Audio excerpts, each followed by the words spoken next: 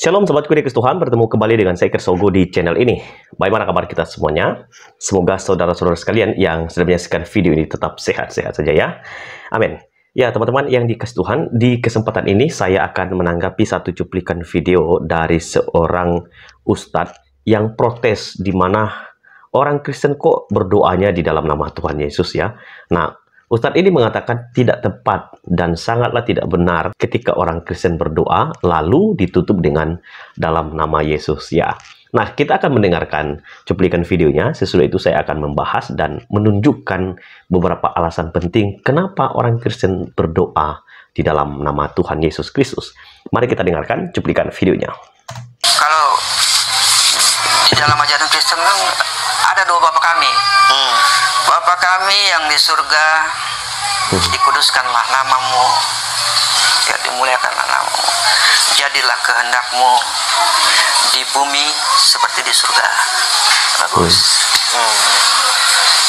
Berikanlah kami rezeki dan sebagainya bla bla bla bla.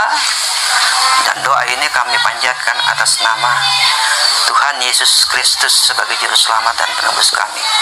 Waduh, harus melalui Nabi Isa, harus melalui Yesus. Kalau nggak disampaikan bagaimana? Iya, repot. Karena Yesus ada juga manusia biasa. Yesus juga berdoa kepada Tuhan ya. Nah, giliran nanti orang Yahudi nanti yang mau bertobat, orang Farisi dan Saduki dia mau bertobat, ahli Taurat. Aduh, mau berdoa kepada Allah harus melalui Nabi Isa. Wah, kita punya masalah besar nih sama dia nih. Iya. Disampaikan nggak nih? Dimaafin nggak gitu? Kira-kira seperti itulah. Iya. Gitu kan. Nah, pengakuan dosa warisan. Nah, ada lagi satu lagi dosa warisan. Dosa warisan ada lagi. Dosa warisan. Adam dan Hawa berbuat dosa. Seluruh umat manusia berdosa, mewarisi dosa Adam dan Hawa. Waduh, berat ya. Iya. Alangkah tidak adilnya Allah, kan gitu. Betul. Yang masuk akal. Kalau di dalam Al-Quran dikatakan, jika Anda berbuat dosa, kau berbuat dosa, ya kan, tanggung sendiri. Perbuatan baik itu akan kembali kepada dirimu sendiri, dan perbuatan jahat akan kembali kepada dirimu sendiri. Kan ada ayatnya. Dosa kau tanggung sendiri dapat Allah. Tidak ada saya berbuat dosa, anak saya harus menanggung dosa saya. Alangkah tidak adil ya Allah. Iya, betul. Kan gitu. Masing-masing bertanggung jawab atas kesalahannya nanti di akhirat kepada Allah. Masing-masing. Masing-masing ya. Karena di dalam Bible juga, di kitab Perjanjian Lama juga diberitahu.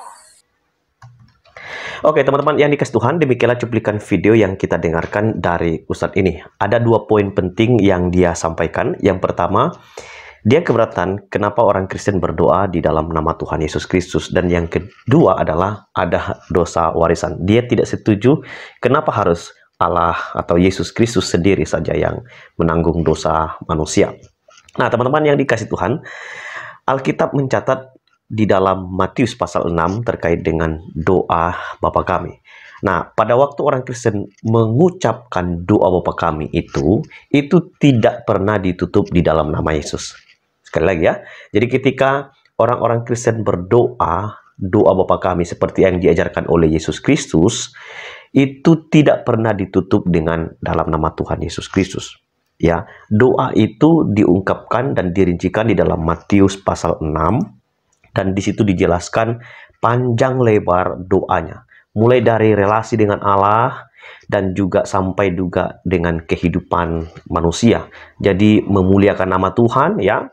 Dan juga mengasihi sesama, mengampuni sesama. Dan juga bicara soal kebutuhan dan juga segala keperluan setiap hari. Dan itulah inti gambaran doa Bapa kami yang diajarkan oleh Yesus Kristus. Nah, teman-teman, kenapa orang Kristen harus berdoa di dalam nama Yesus ya? Yesus pernah berkata kepada para muridnya bahwa apabila kamu berdoa, maka berdoalah di dalam namaku. Dan apa juga yang kamu minta dalam namaku, aku akan melakukannya supaya Bapa dipermuliakan di dalam aku. Jika kamu minta sesuatu kepadaku dalam namaku, aku akan melakukannya. Itu kata Yesus Kristus. Jadi orang percaya yang berdoa dan doanya itu dilandasi di dalam nama Yesus Kristus, maka Yesus katakan, aku akan mendengar dan melakukannya untuk engkau. Dan kenapa harus di dalam nama Yesus?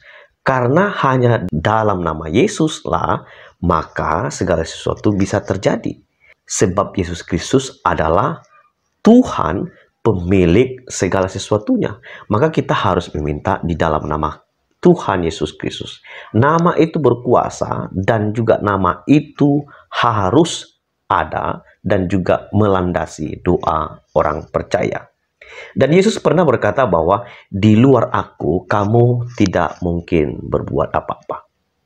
Kita tidak mungkin bisa melakukan sesuatu dan kita tidak mungkin mendapatkan sesuatu kalau kita tidak ada dalam Yesus. Dan demikian juga lah waktu kita berdoa, maka doa kita pun juga harus dilandasi di dalam nama Tuhan Yesus. Itu yang pertama. Dan yang kedua adalah dosa warisan.